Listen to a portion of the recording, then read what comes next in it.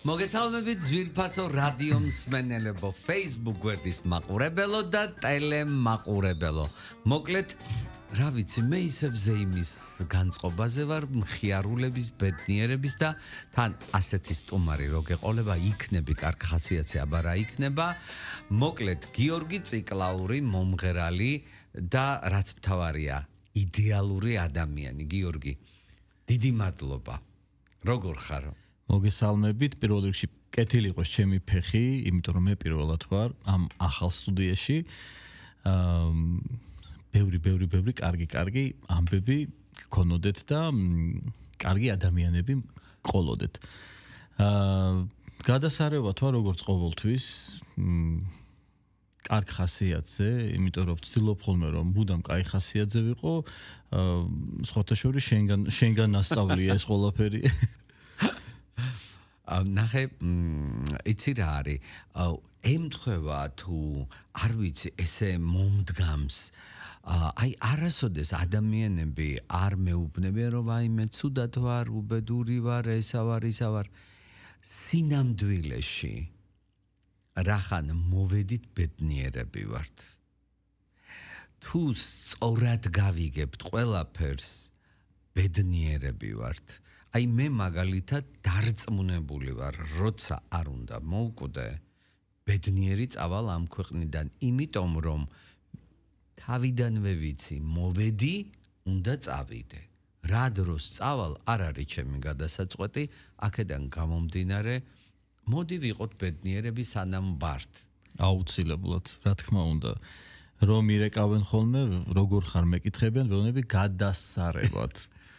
ძალიან კარგი, ხოც მე თავიდან ვამბობდი ხოლმე, რომ იმდენი ვიძახე ბედნიერი ვარ, სანამ არ გავბედნიერი და კი ვარ ბედნიერი. მოდი ვისაუბროთ რაზე, იცი?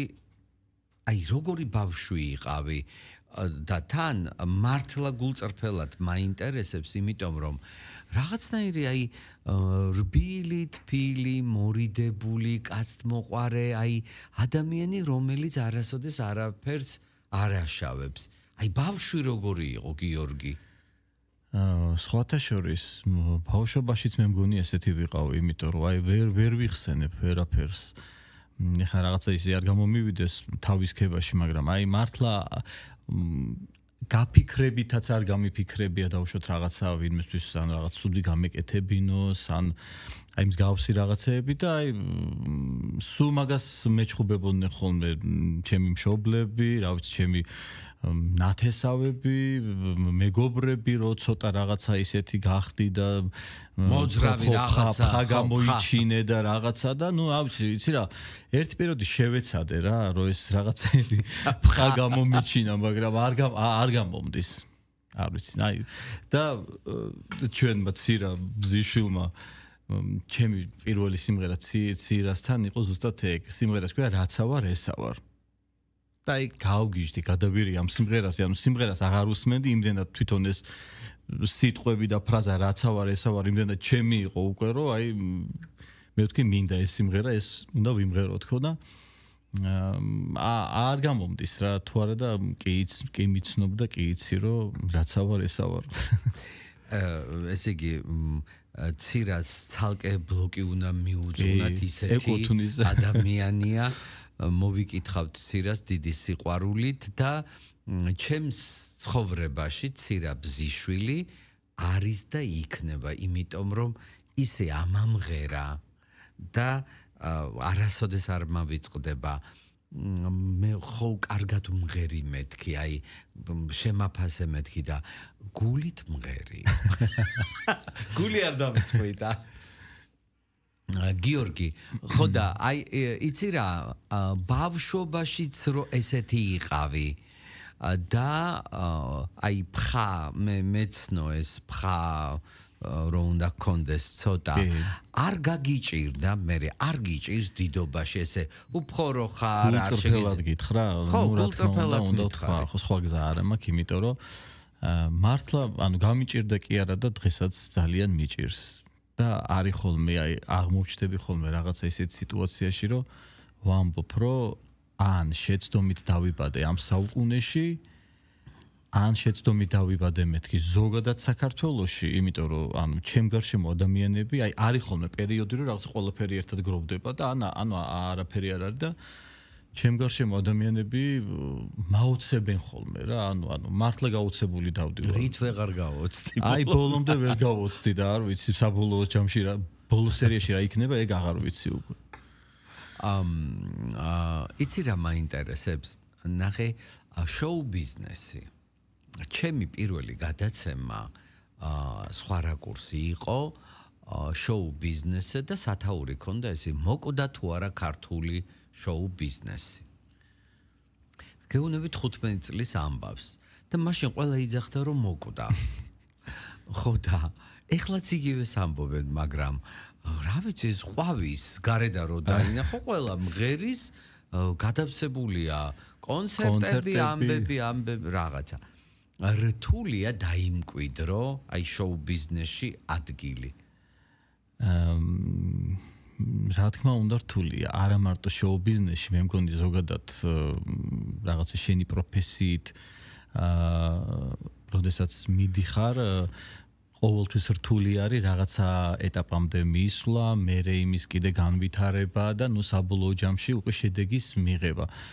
ასევე ხდება ჩვენს შოუ ბიზნესშიც და კონკრეტულად სიმღერის სფეროში ძნელია, რთულია, თუმცა მე ბავშვობიდან მღერი, 5 წლიდან მღერი და ძალიან ბევრი ანსამბლები 5 წლის ვიყავი პირველად, როდესაც ვუკრავდი კლავიშზე და ნოტები არ ვიცოდი და ნუ აი იქიდან მოყოლებული სულ რაღაცა ხვდები რომ ამის გარეშე არ შემიძლია ცხოვრება და თუმცა მე მქონდა პაუზა, ასე ვთქვათ, რაღაცა გარკვეული მიზეზების გამო და მე ისევ თავიდან ამღერდი და გადავწყვიტე რომ ცოტა უფრო სერიოზულად ამღერებულიყავი და მომეკიდა ამისთვის ხელი. და რა ვიცი, მადლობა ღმერთს, ჯერჯერობით მკმაყოფილი ვარ, ნამდვილად ვერ ვიტყვი რომ შოუ ბიზნესი არ არის, ან არ ყვავის, ნუ თუმცა უკეთესი შეიძლება იყოს და უკეთესადაც შეიძლება ვიყოთ ზოგადად. ნახე, ეხლა გისმენ და ცოტა აგრესიაში ჩამაგდე. რატო? აბა, გეტყვი, აი რა საინტერესოა როგორ პასუხს გამცემ. ნახე, საერთოდ თავი რო დაიმკვიდრო, უნდა იყო მგელი. თან შოუ ბიზნესში, ხელოვნებაში, საერთოდ მგელს გულისხმობ როგორ? უნდა იყო მტაცებელი ავი, უნდა უკბინო, შეიძლება გიკბინოს, მაგრამ რაღაცა. აი როგორ მოხვედი? ნახე, ხო არის რომ აი ესეთი რბილი ხარ, რაღაცნაირი, აი მორიდებული, როგორ მოხვედი? აი როგორ? როგორ და როგორ გამოცურა ერთი სიტყვით? პირველ რიგში კარგი ადამიანების გვერდით დგომით. ცირას რო ვახსენებთ, არ შემიძლია არ ვთქვა, იმიტომ რომ ცირას ძალიან დიდი წვლილი მიუძღვის ჩემს დღევანდელ პოპულარობაში, ასე ვთქვათ, და მე ვეუბნები ხოლმე შენ ხარ ჩემი განძი მეთქი, აი მართლა რომ განძი ვიპოვე და მყავს და მადლობა ყველაფრისთვის და ამ კარგ ადამიანებში შენ მყავ ხარ კიდე და რა ვიცი კიდე არიან ბევრი კარგი ადამიანები რომლებიც ნუ ჩემნაირ ესეთ ადამიანებსაც რაღაცა ნუ ჩვენც ხო გვინდა რაღაცა ცხოვრება და ამიტომ ჩვენც გვეძლება შანსი რომ რაღაცა ჩვენი სიტყვა ვთქვათ. ნახე ეხლა მე გეტყვი ხო ესე ხო ვერ იქნება ეხლა რაღაც. მე გეტყვი ეხლა ძალიან გულწრფელ რაღაცას. ჩემი გულწრფელობით მე ძალიან ბევრ ხალხს უყვარვარ. ვისაც არ უყვარვარ, იმასაც ვუგებ. არ უყვარ ახლა, ხო არის ყველას უყვარვარ რაღაცა. ნახე, აი ადამიანები, რომლებიც ცდილობენ კი არა, აი ჩუმი, ესეთი უფხო რაღაცნაირი ადამიანები არიან და ეს ძალიან კარგია. მართლა დავაფასე. აი მაგალითად პირველად რომ ახლა ძალიან ბევრჯერ ყოფილ ხარ ჩემ გადაცემაში, უცბად რო გითხრა, ვერ დათვლი, არ იცი. ყველა სიმღერა ნამღერი მაქვს. ხო, ეხლა რატო გეუბნები ამას? რაც უნდა თქვა, უკან რომ იმაქვს ჩემი სიტყვები. ნუ მოკლედ საინტერესო. გიორგი ციკლაური რაღაცა აგრესიაში მაგდებს. მაგდებდი აგრესიაში. სახელი და გვარი, ანუ გამოვიცვალო სახელი და გვარი. არა, სახელი და გვარი არა.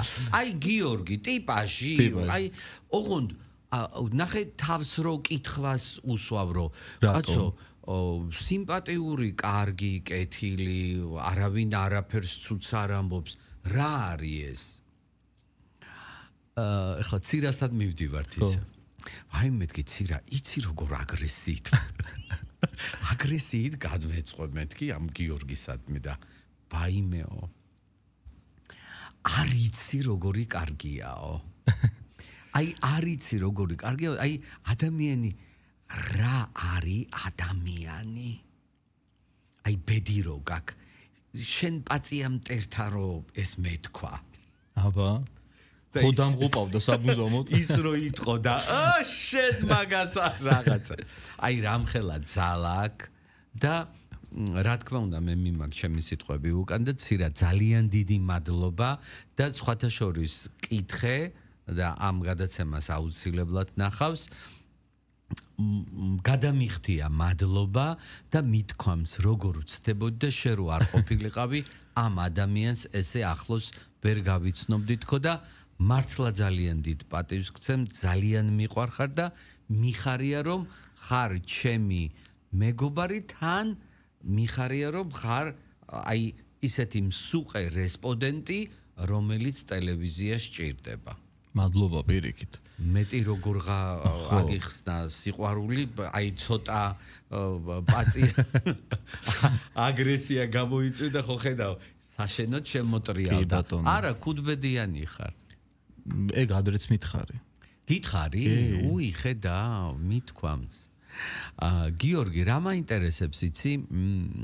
ნახე, ასაკი უნდა კითხო. კითხე უკვე.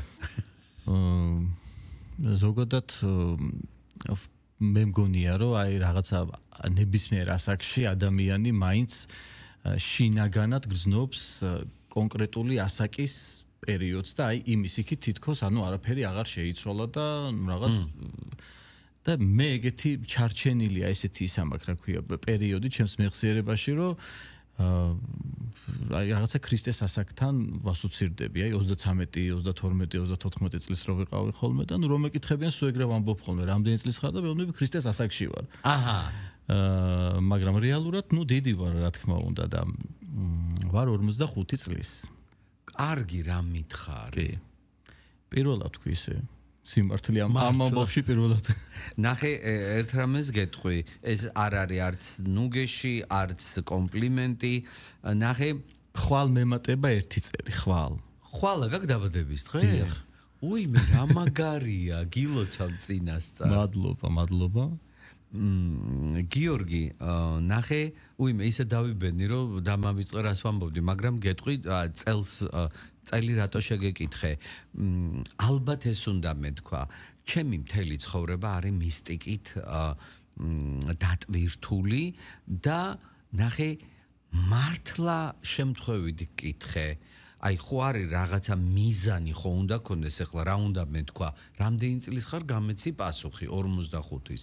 და მე იმის მერე აღარ ვიცი რა გელაპარაკო. მე რა რო 45-ის ხარ. ნახე ერთი ის რომ ძალიან მაგარი რაღაცა მითხარი რომ ქრისტეს ასაკში ვარ ეს გაგჩარჩენილი ეს არის ძალიან მაგარი და გეტყვი ერთ რამეს თუ მართლა განიცდი კი არა ხო არიან რომ არ უნდათ რომ ასაკი რომ მოდის მთელი ჩემი რეზიუმე მთელი ჩემი ცხოვრება დავიწყე 45 წლის ასაკში 45 წლის ასაკამდე, ფორხილობდი, წვალობდი, რაღაცას ვაკეთებდი, სულ სწავლობდი. 45 წლის ვიყავი, რომ ჩავაბარე უნივერსიტეტში ფილოსოფიის ფაკულტეტზე. და 50 წლის ვიყავი, რომ დავიწყე ჩემი გადაცემა სხვა რაკურსი და იქიდან დავიწყე. ყველაფერი წინ მაქვს. ყველაფერი წინ გაქვს. ეტყობა, ამიტომ შეგეკითხე და მსმენელიც და მაყურებელიც გაიგებს, რომ 50 წელიც არაფერი არ არის, ეხლა ვარ 63-ის და ვამბობ, რომ მე არა ვარ ჯერ რეალიზებული, წინ დიდი ბედნიერება მელოდება. კი, ნამდვილად მეც მაგ ეგრე ვფიქრობ და მართლა მივცეთ ყველას ვინც გვისმენს მაგალითი იმისი, რომ ანუ წლები და ციფრები არაფერს არ წყვეტს და არაფერი არ არის არც 45 წელი და არც თუნდაც 63 წელი, ასე რომ ყველაფერი წინ გვაქვს. მე მაგის მჯერა. გეტყვი ძალიან უცნაურ რაღაცას გეტყვი.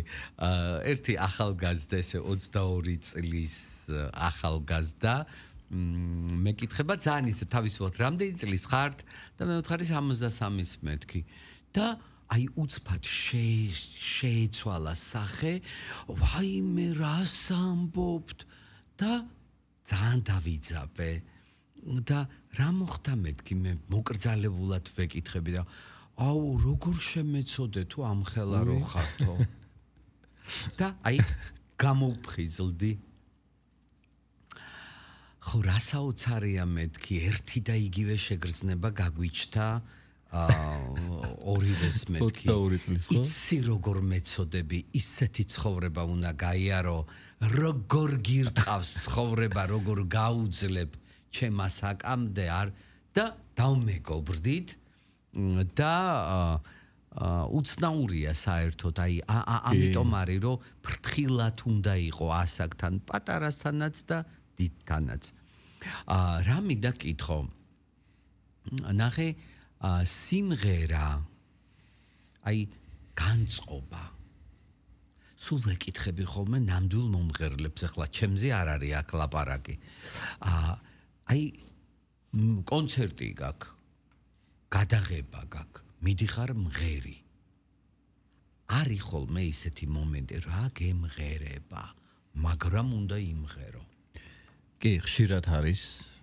დამეთანხმებიან მაგაში ჩემი კოლეგებიც არის ეგეთი პერიოდები როგორ არა ცხოვრება არის და ნუ ყველა ჩვენი რაღაცა პრობლემები გვაქვს უამრავი მაგრამ მე პირადად სიმღერას გამოვყავარ ხოლმე აი მაგ დროს ჩემი დილა იწყება აი აბაზანაში რომ შევდივარ იქაც სიმღერით დავუშვათ ძილის წინ ხშირ შემთხვევაში ჩავრთავ მუსიკას და იქაც ავყვები ხოლმე ანუ რაღაცა ერთი კუპლეტი მაინც უნდა ვიმღერო წავიღიღინო ნუ შუადღისა სადაც მოხვდები დავუშვათ აი უცებ წამომაყვირებს და წამომაძახებს ხოლმე ეს ის რა ქვია სიმღერა და მე გამოვდივარ ეგეთი მდგომარეობიდან მე პირადად მართლა მშველის ეგ რა და აი მადლობა ღმერთს რომ ამის ნიჭი მაქვს და ეს ყველაფერი მე შემიძლია რომ ამის გარეშე მე ჩემი თავი ვერ წარმომიდგენია სიმღერის გარეშე იცი რა ნახე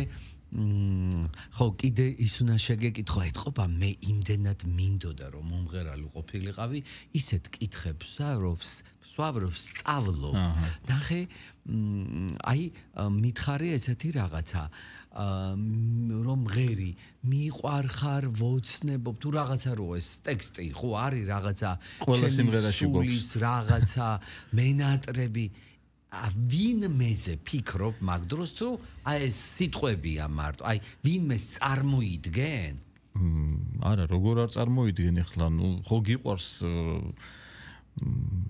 გენატრება გიყვარს როგორ არ წარმოიდგენ კი წარმოიდგენ ანუ კონკრეტულ სიმღერაზე შენს წარმოსახვაში არიან ადამიანები ხო იმ მომენტში არ ფიქრობ აი ხა გასვლის წინ სიმღერის გასვლის წინ არ ფიქრობ რომ რაღაცა ხა იმ ადამიანზე უნდა იფიქრო მაგრამ ნუ აი სიმღერის დროს მოდის ეგ მოდის სხვადასხვა თუ ერთ და იგივე ხო ეგ არ ვიცი ეგ ცოტა რთული თემაა მაგრამ სიმღერა თუ მიგიძღვნია კი როგორ არა მიმიძღვნია ისეც მიმიძღვნია სიმღერა ის სიმღერის დროს რაღაცა გულწრფელად რომ მიმიძღვნია და ყოფილა ისეთი სიმღერაც რომელიც კონკრეტულ მისამართზეც მიმიძღვნია და გამიშვია კი ქონია ეგეთი პრაქტიკაში აი რა არის შენი მსმენელი შენთვის იცი რატო გეკითხები? მე მახსოვს არა მაქვს უფლება რომ თქვა ერთი ქალბატონი რომელიც უცხოეთში იწვა ძალიან ცუდი დიაგნოზით სიმსივნე ჰქონდა და ეს ქალბატონი სიკვდილის წინ უსმენდა ერთი და იგივე სიმღერას ჩვენი ქართველი მომღერლის და ეს ქალბატონი ამბობს იქ ექიმები იყვნენ გაოცებულები რომ აი ამ სიმღერას უსმენდიო სულ ტიროდიო და ცრემლებიდან გამოვიდა ცრემლებმა გამოიტანეს ჩემი სიმსივნეო ანუ იცი რა არის აი ეს დამოკიდებულება სიმღერისადმი იმხელა კეთილშობილებაა სიმღერა და მომღერალი რომ აი თავისი სიმღერით გატირებს, გაბედნიერებს, გიხარია აი შენთვის რა არის მსმენელი პირველ რიგში ჩვენი პროფესია არ იქნებოდა რო არ ყოფილიყო მსმენელი მე აი სათითაოდ ყველა ადამიანს როცა მეძლება ხოლმე საშუალება პირადად ყოველთვის ვეფერები ხოლმე იმიტომ რომ მართლა ისინი იძლევიან იმ სტიმულს რომ რაღაცა ახალი გააკეთო ახალი ჩაწერო ახალი მოიფიქრო მოიგონო მე ძალიან აი გულითადი სიყვარულით მინდა ყველა მოვიკითხო და სხვათა შორის სულ ადრე არ ვიცოდი ხოლმე მაგრამ ეხლა იცი როგორი რაღაცა მემართება ხოლმე ყველა გადაცემის მერე ჩემმა მეგობრებმა მიმაჩვიეს თორე ანუ მაგასაც არ იმას ვიზავდი აი ყველა გადაცემის მერე ვკითხულობ ხოლმე კომენტარებს ანუ მაინტერესებს რომ აი ხალხი რა ასწერს დავუშვათ ვის მოეწონა სიმღერა ვის არ მოეწონა რაღაცა და ძალიან ბედნიერი ვარ იმიტომ რომ აი არასოდეს არ მახსოვს რომ ჩემი ან რომელიმე გამოსვლა ყოფილიყოს ან რომელიმე სიმღერა რომ რამე უარყოფითი კომენტარი დაეწეროს ვინმეს და ნუ ეს ჩემთვის ძალიან სასიამოვნოა და კიდევ უფრო მეტად მიჩენს იმის სურვილს რომ აი კიდევ უფრო ბევრი რაღაცეები გავაკეთო ჩემი მსმენელისთვის და სათითაოდ მინდა რომ ყველა მოვიკითხო და უთხრა რომ ძალიან მიყვარს მე პირადად ჩემი მსმენელი ხო მართალი ხარ მე ყველა გადაცემაში ვამბობ რომ არ იყოს მსმენელი მაყურებელი ჩვენ რა ვიქნებოდით არაფერი